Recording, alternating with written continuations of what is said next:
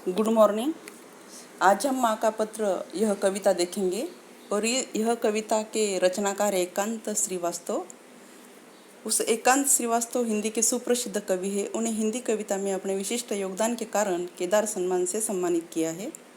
उन्हें और भी बहुत सारे पुरस्कार मिले हैं।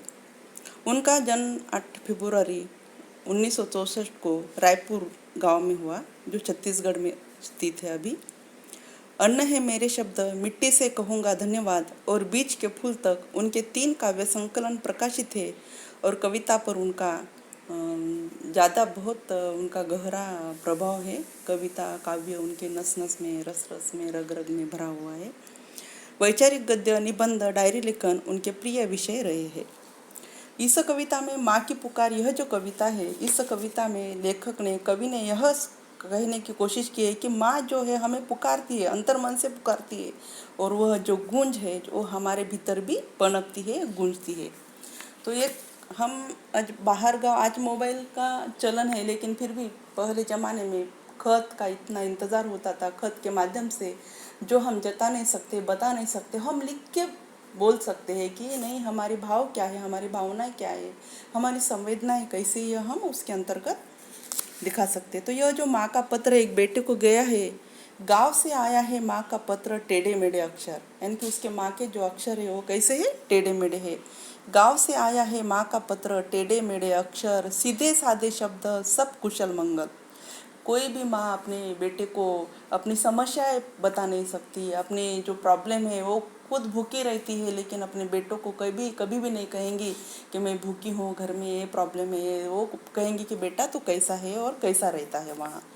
गांव से आया है माँ का पत्र टेढ़े मेढ़े अक्षर, सीधे साधे शब्द, सब कुशल मंगल, मेरी कुशलता की कामना, यानी कि मेरी कुशलता की कामना वो कहती है कि आप कैसे हो, कैसा है बेटा, कैसा खा रहा है कि नहीं, तेरी तबीयत कैसी है, ठीक है, तुझे मैं पैसे दूंगी, वैसे वैसे। आप इमेजिन कीजिए, अपनी माँ का चेहरा आपके सामने आ जाएगा। पैसे की ज़रूरत नहीं है, क्या तुझे पैसे की ज़रूरत नहीं है, अच्छे से रहने की हिदायत है, अच्छा रहना, इधर उधर मत घूमना है। माँ क्या बोलती है आपको तो पता ही है सब। निकलते समय में माँ बोलती है गाड़ी अच्छी चलाना, अच्छे से चलना, और बाकी सब खैरियत, इधर सब खैरियत है, लेकिन तू उधर कैसा है, यह माँ पूछती है।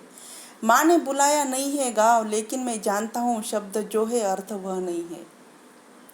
माँ ने ऐसा नहीं कहा है कि तू तुरंत मेरे पास आ जा, लेकिन जो लिखा है उसने तो यही भाव है कि वो मुझे मिलना चाहती है। वो बोलती है कि तू गाँव आ जा बेटा, मुझे तेरी बहुत याद आ रही है। झड़ रही होगी नीम की पत्तियाँ, इनकी पत्तियाँ, नीम की पत्तियाँ जो झड़ रही है, और एक उदास पीला दिन उतर रहा होगा माँ के भीतर। जो मेरी माँ गांव में अकेली है, तो उस माँ के मन में मेरे प्रति जो प्यार है, जो उमड़ रहा है, वो पेड़ की तरफ देख देख के वो अपना मन बहला रही होगी, वो पत्तियों की तरफ देखकर अपना मन बहला रही होगी। लेकिन वो बेटे को नहीं कहती कि बेटा तू माँ के पास आ, मुझे तेरी बहुत याद आ रही है। माँ खुद भूखी रहकर बिखेर देती है चिड़ियों के लिए दाने। मेरी माँ इतनी अच्छी है कि वो खुद भूखी रहकर चिड़ियों को दाने बिखर रही होंगी। और जो खत पढ़ते पढ़ते मुझे मेरी माँ का चेहरा भी याद आ रहा है। उन्हीं नन्ही चिड़ियों में से एक नन्ही चिड़िया मेरे सपने में बताने चली आई है माँ का हाल, मुझे बुलाया है। वो जो चिड़िया है वही चिड़िया मेरे वहाँ से उड़कर मेरे आंगन में आ गई है, और वो माँ का हाल बता रही है कि बेटा तुझे माँ ने बुलाया है, माँ तुझे बहुत याद करती है, लेकिन कह नहीं पा रही कि तू चली आ मेरे पास, कि मुझे तुझे याद आ रही है। आंगन की चिड़िया भरे उदास नीम ने तुलसी पर झुके माँ के भीगे हुए चेहरे ने। वो चिड़िया आगे ये भी कहती है कि तेरी माँ वहाँ बहुत उदास है, नीम के पेड़ की तरफ देखती है, तुलसी पर पानी चढ़ाती है, और माँ की आंखें भीगी है, लेकिन वो किसी को भी बता नहीं सकती, जता नहीं सकती। उसे अपने बेटे की याद आ रही है, लेकिन वो बोल नहीं सकती कि बेटा तू चले आ, मेरे पास चले आ। तो ऐसा ही है जो माँ का पत्र है, उसमें उसकी जो भावनाएं हैं, उसकी संवेदनाएं हैं, वो खत के माध्यम से अपने बेटे तक पहुंचती है। उसने लिखा कुछ भी नहीं है, उसने उस खत में लिखा कुछ भी नहीं है, लेकिन वो खत पढ़ते पढ़ते बेटे को अपनी माँ की संवेदनाएं, अपनी माँ की भावनाएं याद आती है। वंस अगेन एक बार कविता पढ़ती हूँ। कविता पढ़ने के बाद भी आपको सब पता चल जाए। गाँव से आया है माँ का पत्र, टेढ़े मेढ़े अक्षर, सीधे साधे शब्द, सब कुशल मंगल। मेरी कुशलता की कामना, पैसों की जरूरत नहीं, अच्छे से रहने की हिदायतें।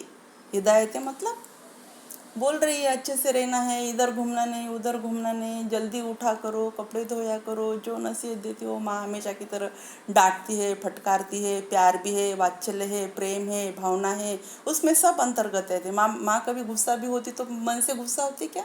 नहीं होती। तो अच्छे रहने की हिदायतें, और कहती है कि इधर सब कुशल मंगल है, इधर कुछ भी प्रॉब्लम नहीं है, इधर सब खैरियत है, बेटा तो उधर कैसा रहता है। यह अपनी माँ अपने बेटे को खत लिखकर पूछती है। माँ ने बुलाया नहीं है गाँव, लेकिन मैं जानता हूँ शब्द जो है अर्थ वह नहीं है। उसने जो लिखा है वह कुछ भी नहीं है, उसकी भावनाएं मैं समझती हूँ। उसको लगता है कि मेरा बेटा मेरे पास होना चाहिए।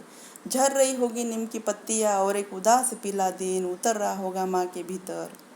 माँ खुद भूखी रहकर बिखेर देती है चिड़ियों के लिए दाने, और उन्हीं चिड़ियों में से एक चिड़िया नन्ही मेरे सपने में आकर बताने चली आई है मेरे माँ का हाल, कि बेटा तुझे माँ ने बुलाया है।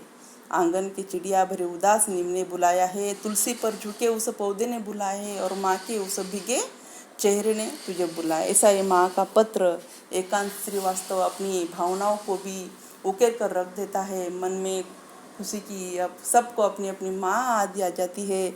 और ऐसी यह भावनिक संवेदनाशील कविता इस कवि ने अपने सामने रखी है, प्रस्तुत की है। और इस कविता के माध्यम से कवि यही कहना चाहता है कि माँ हमें पुकार रही है, और उसकी जो पुकार, उसकी जो भावना वे हमारे भीतर भी पनपती है, हमारे भीतर भी गूंजती है। ठीक, ओके।